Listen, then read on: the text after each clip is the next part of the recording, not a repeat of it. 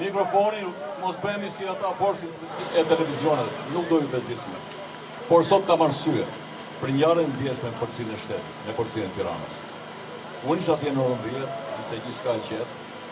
Sigurisht prezenca ime ishte dytisht, edhe për policinë, po edhe për protestuesit. Policinë kam bërë disa herë thirrje drejtorit përgjithshëm të ketë kujdes. Atje të çojë njerëz të trajnuar. Unë nuk largova, sigurisht nuk qëndrova aty për etik, dhe për të gjitha rrethana që ju kuptoni. Më vonë i pash televizor. Ishte një dhunë jo proporcional. Do më thënë, jo e barabartë në gjuhën e popullit, ta kuptoj. Policia të i kaloi kompetencat. Ishte një lloj dhune e pa justifikueshme. Vezët nuk janë asgjë. Ne kemi parë ditën parë George Bushin, ish presidenti, që një person aty brenda e goditi me kpucë. S'noti asgjë, e morën ata në mënyrë shumë njerëzore. Këtu nuk janë ata që erdhin në bomba Molotov. Ja kam thënë kaq herë.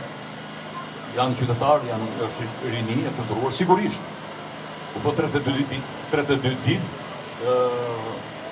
policia është stresuar, po qytetarë janë stresuar, s'po lëviz asgjë, dhe pastaj te kalojnë situata. Gjendja është e tillë që është një rezervuar i madh ujë, gjigant, dhe mjafton të rrihet diçka dhe pastaj s'ka zot që e përballon. Unë di shumë mirë vështirësitë e policisë.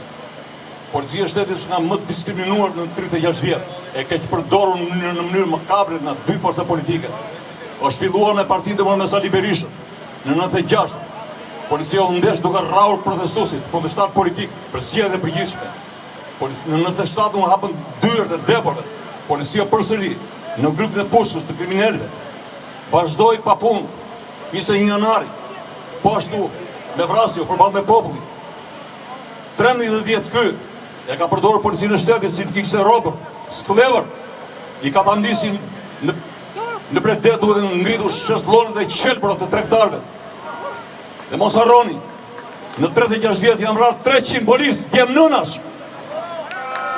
Janë vrarë për thypën e këtyre të qelbur. Për ta bastard. Ata janë vëllezërit tanë, janë pse jo djemtë janë, vëllezërit tuaj. Janë njerëz. Ju japin detyra sigurisht e prorët detyra mbaj përgjegjësi për mënyrën se si mund të sillen me njerëzit.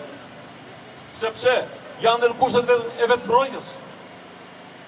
Mos harroni që ndeshen me krimin, me kriminalët, me bandat, dhe duhet i mirëkuptojmë. Dikush që para aty e kërcënoi policët, ai hidh kapele, shkova atje, ai ishte me probleme. Kështu vëllezër, mos i shohim, nuk janë armiq. Janë njerëzit tanë. Vetëm shumë mundezët, nuk janë ata shkaktarët. Dramat i shkaktojnë politikanët. Sali Berisha atje, në Mëngjirshi që ka filluar, edhe Edi Rama i dyti, merr di Lakuriq këtu. Kjo është thirrja ime, mos harroni. Një qeveri e korruptuar ka mbritur deri te Akademia e Rendit. Janë helmuar 2 herë. Djem të nënave nga korrupsioni tendra korruptiv. I çojnë drejt vdekjes. Dhe ma përgjithësi ky është koka. Ky është koka. Peshku qelbet në koka të popullit. Kam reaguar dje dhe mora informacione që drejtori përgjithshëm pas ka marrë masa. Ka patur restorante dikur për si shtetit. Ka filluar më duket. Dhe bëjnë shumë mirë mos marrin ushqime të paketuara. Se janë njerëz, se vinë me barkun bosh, i di shumë mirë, me rroga të ulta, me një shishe ujë në protesta, ta dini këtë gjë. Se pa e them unë dhe është e vërtet. Atëherë së ngjelej gjë tjetër. Veç ne nuk harrojmë çka ndodhur, ne jemi optimistë. Dhe do vi dita, çdo jetë e largët, po blet rrugët të botës, kërkon hapësira të harrojë këtu situatën. Askush s'ka fajin shkresori, ndaj me një zënë atë korin e famshëm i tili ju.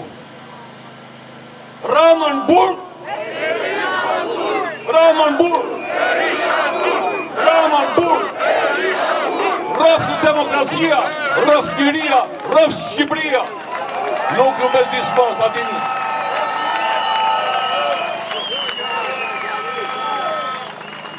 Sot njëri prej protestuesve në mënyrën e tij e ka sjell këtu në mesin ton Edi Ramën për të bërë provat finale përpara se ta rrësojmë. Ne po i themi Dorishu, po ai nuk po na dëgjon. Kështu që filloj përgatitemi për ta rrësuar. Gjenerata zë dhe të gjithë bashkë duart lart. Me duart lart. Duart lart. O dorësohu, o rrësohu. O dorësohu. O dorësohu. O dorësohu.